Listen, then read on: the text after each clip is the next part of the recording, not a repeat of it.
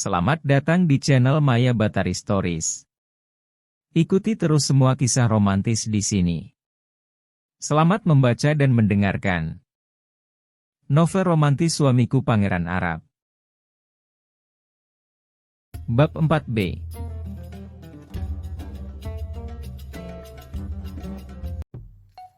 Raini menatap sejenak pada sosok pria itu, sebelum menghambur ke dalam pelukannya. Emir membiarkan sejenak gadis itu dengan pecahan emosinya. Karena jujur perasaan Emir juga sama berkepingnya dengan Raini. Kehilangan adik lelaki satu-satunya adalah hal terberat bagi Emir. Karena selama ini, kemanapun mereka selalu bersama. Keputusan meninggalkan segalanya di Jakarta, ternyata adalah sebuah tragedi. Namun sebagai orang yang beriman, Emir menyadari bahwa semua sudah takdir Tuhan. Segalanya telah digariskan menurut yang terbaik baginya. Sepertinya kau sudah kembali menjadi gadis berpipi merah. Bukan lagi tubuh setengah sekarat seperti ketika pertama aku menemukanmu, ejek Emir begitu Raini menjauhkan diri.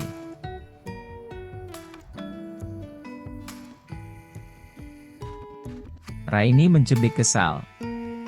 Namun sesaat berikutnya, senyum terbit di bibir mungil gadis itu. Tampak barisan gigi putih kecilnya yang teratur. Apakah itu artinya ada seseorang yang membutuhkan ucapan terima kasih? Emir melipat kedua tangan di depan dada. Kemudian ia melangkah ke samping Raini. Gadis itu tengah menatap keindahan perkebunan zaitun dari balik jendela kamar. Hijau pepohonan itu seakan memantul di dalam pancaran mata kelamnya.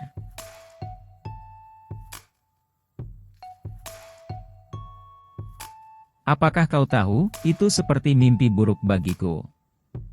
Kehilangan adik, juga kehilangan calon iparku. Bukan hanya diriku yang resah dengan ketiadaan berita keberadaanmu. Bahkan ibuku tidak sekalipun melewatkan harinya, tanpa berpuasa hanya untuk keselamatanmu. Maafkan aku. Andai saja kita dapat menunda kepergian waktu itu. Pasti semua ini tidak akan terjadi.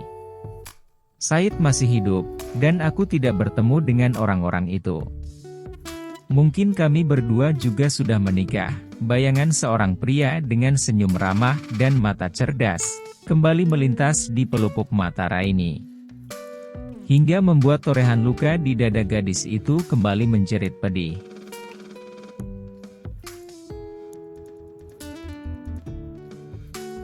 Jangan pernah menyesali semua yang sudah terjadi. Biarkan Said tenang di sana. Kita yang ditinggalkan harus menjalani sisa umur kita dengan penuh rasa syukur, hibur Emir dengan suara tenang. Tangan Emir mengusap puncak kepala Raini penuh perasaan, seperti melihat Said pada diri gadis itu. Tanpa disadari Emir, Raini meremas buku-buku jarinya hingga memutih. Perasaan bersalah kembali menggelegak, meledakkan seluruh isi dada. Rasanya tangisan saja tidak akan cukup untuk menutupi dosa. Raini hanya takut Emir dan Ummi Fatimah akan membenci dirinya. Tapi suatu saat, mereka pasti akan mengetahui kenyataan yang sesungguhnya.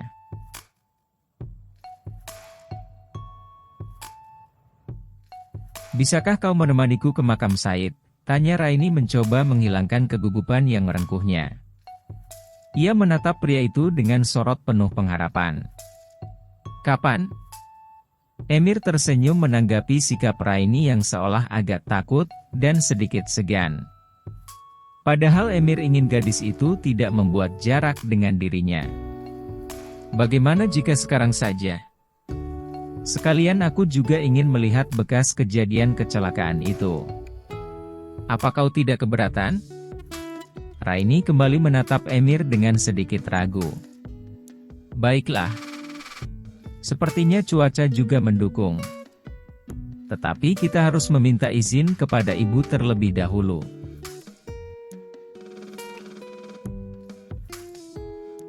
Baiklah. Ayo kita pergi sekarang. Hati Raini diliputi sukacita mendalam. Tanpa menunggu lama, ia langsung menyeret Emir keluar dari kamar. Sementara pria itu hanya menggeleng tidak percaya. Ternyata suasana hati seorang wanita memang sangatlah mudah berganti. "Jangan menatapku seperti itu. Aku tidak apa-apa," kata Raini. Ia menyadari jika sepanjang perjalanan Emir sering mencuri-curi pandang padanya. Dengan tatapan mengiba, Emir seolah khawatir dirinya akan terjun dari ketinggian bukit saja.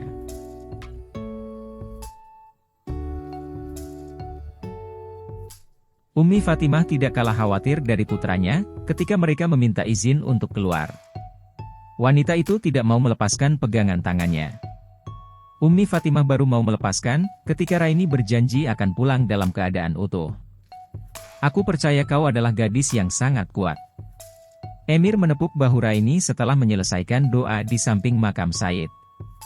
Pria itu segera menjauh, membiarkan Raini memiliki waktu untuk dirinya sendiri.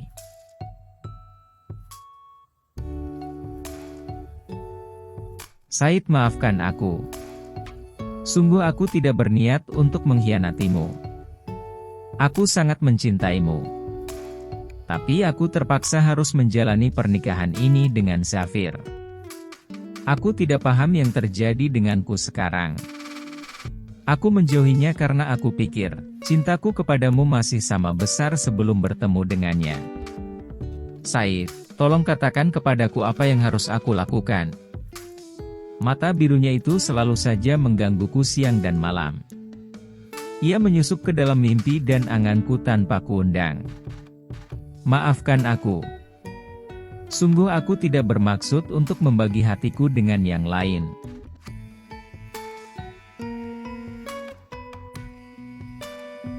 Sebulir bening jatuh di pipi Raini. Seperti beban yang lolos begitu saja dari dalam dada. Raini merasakan seperti ada tangan tak kasat mata yang membelai wajahnya. Belayan itu seolah ingin menguatkan Raini, agar teguh kepada pilihan hatinya.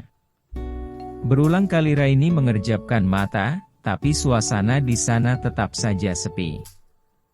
Hanya dirinya seorang di tanah pemakaman luas itu. Sementara Emir menunggu di gerbang yang letaknya agak jauh. "Said, aku tahu kau mendengarku. Maafkan atas ketidaksetiaan hatiku padamu. Tapi kau akan selalu memiliki ruang kecil di hatiku yang tidak akan pernah tergantikan. Tenanglah di sana. Semoga Allah menempatkanmu di sebaik-baik tempat untuk umatnya. Terima kasih untuk kehidupan yang telah kau berikan kepadaku." Raini mengusap segumpal bening di sudut mata.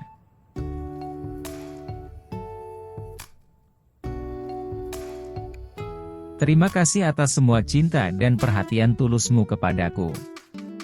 Kau sangat berarti untukku. Izinkan aku untuk mendekap mimpi yang lain. Mungkin kau tidak akan percaya, jika aku sebegitu mudah menduakanmu. Aku sudah memilih. Aku pergi darinya. Karena setelah kupikir, mungkin itu hanya perasaan sesaat yang akan segera menghilang." Raini akhirnya keluar dari areal pemakaman dengan dada lega. Ia merasa puas karena sudah berbicara panjang lebar dengan batu nisan Said. Ia tidak peduli jika orang lain menganggapnya gila. Asalkan Emir tidak menganggap demikian. Emir tidak mengungkit apapun yang tadi dilakukan Raini. Sepanjang sisa perjalanan mereka menuju areal kecelakaan pesawat, pria itu hanya berdiam diri. Seolah Emir tengah memberi ruang luas untuk Raini.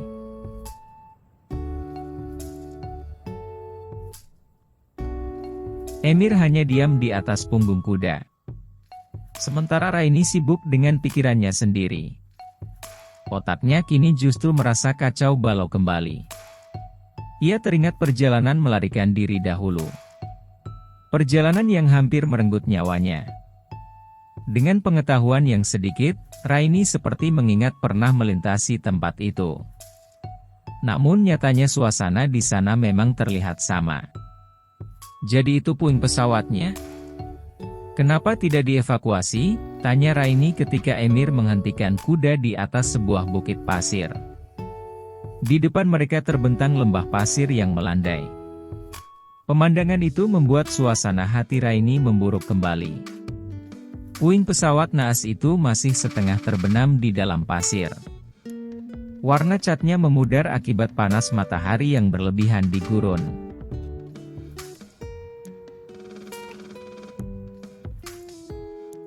Banyak perusahaan memiliki kebijaksanaan tersendiri, jawab Emir singkat.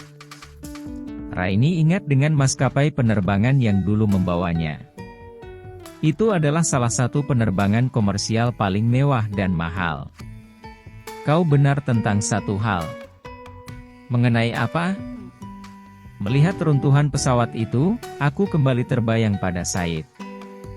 Aku pikir setelah bercerita banyak hal di makamnya, maka bebanku akan sedikit berkurang. Benar kadarnya memang menjadi lebih sedikit. Tapi siapa sangka, sekarang justru kian terasa berat.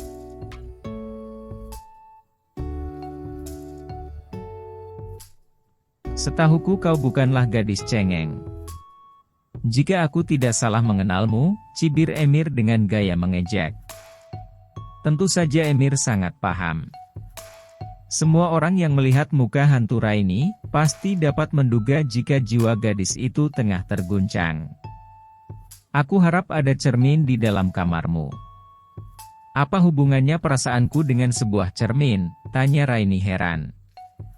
Ia mulai bertanya kepada dirinya sendiri. Setiap hari ia tidak pernah memakai bedak. Menurutnya hanya perempuan yang merasa tidak cantik saja, yang harus berperang dengan make up. Tetapi semalam Raini memang kurang tidur. Mungkin mata pandanya menjelaskan semua. Apalagi ditambah dengan menangis lama di makam Said. Apa aku terlihat demikian buruk?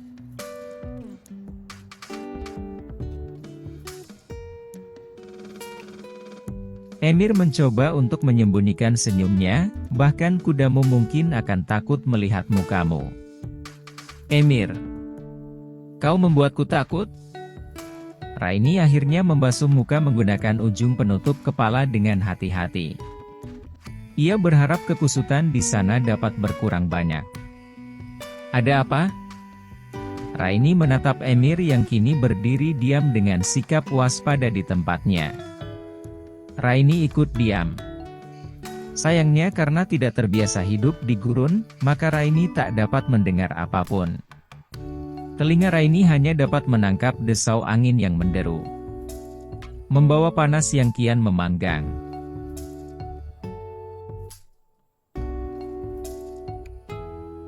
Sekelompok penunggang kuda terlihat mendekat dari belakang ke arah mereka.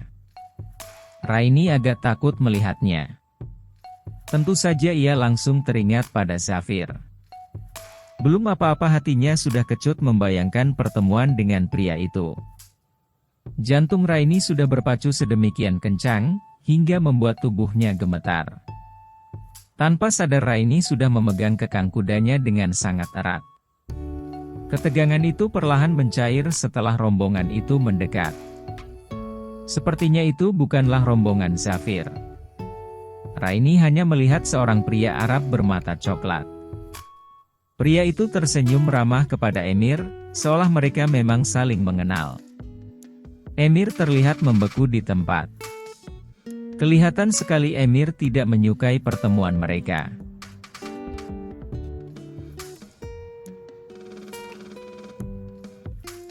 Apa yang sedang kakak lakukan di sini? Tanya pria itu dengan suara baritonnya yang ramah. Pria asing itu memberi salam kepada Emir yang dibalas dengan dingin. Raini jadi merasa jika pria itu sungguh berbeda sekali dengan Zafir yang dingin dan tidak pernah tersenyum. Matanya yang coklat pekat tampak mengamati keberadaan Raini tanpa malu-malu. Terlihat sekali ada sorot tertarik di dalam sana, hingga membuat Raini dipenuhi rasa tidak nyaman. Dan kau bersama seorang gadis asing? Dia bukan gadis asing. Dia tunangan Said, balas Emir ketus. Emir sangat jelas tidak menyukai pria tampan itu. Meski hati Raini meyakini bahwa mereka memiliki hubungan dekat.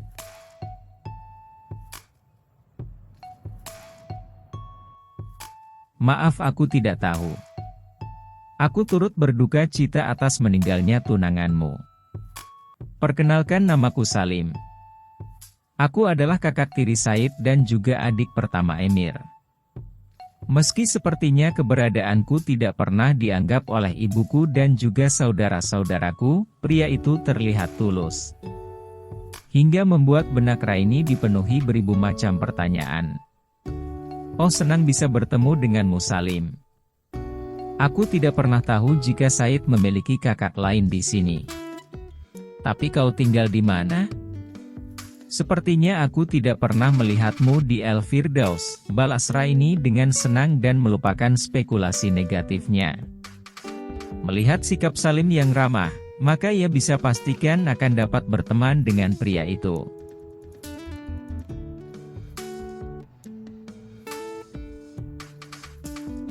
Aku tinggal di Halaen. Tidak jauh dari sini. Salim membalas diiringi senyum manis. Gadis itu sudah menarik hati Salim. Tentu saja ia juga ingin mengenal lebih jauh sosok Raini. Bukankah Raini kini bebas setelah Said tiada?